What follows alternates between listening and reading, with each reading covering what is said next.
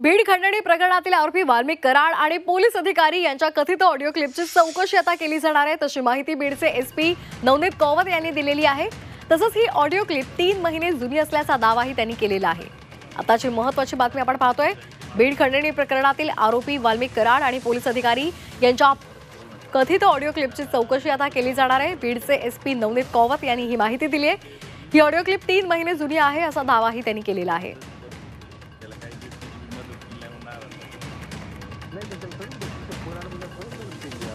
सनी आठवले आत्ताच एका मोठ्या खुनी हल्ल्यामध्ये फरार आहे। फरार असताना अशा ऑडिओ क्लिप तो टाकत आहे।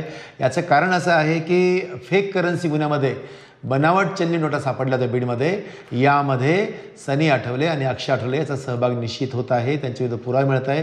त्यामध्ये अटक करू नये, पोलिसांवर दबाव तयार व्हावा यासाठी अशा प्रकारची गोष्ट तो करू शकत असेल, परंतु यामध्ये ही गोष्ट खोटी आहे, ही क्लिप खोटी आहे अशा प्रकारचा माझा आवाज नाही।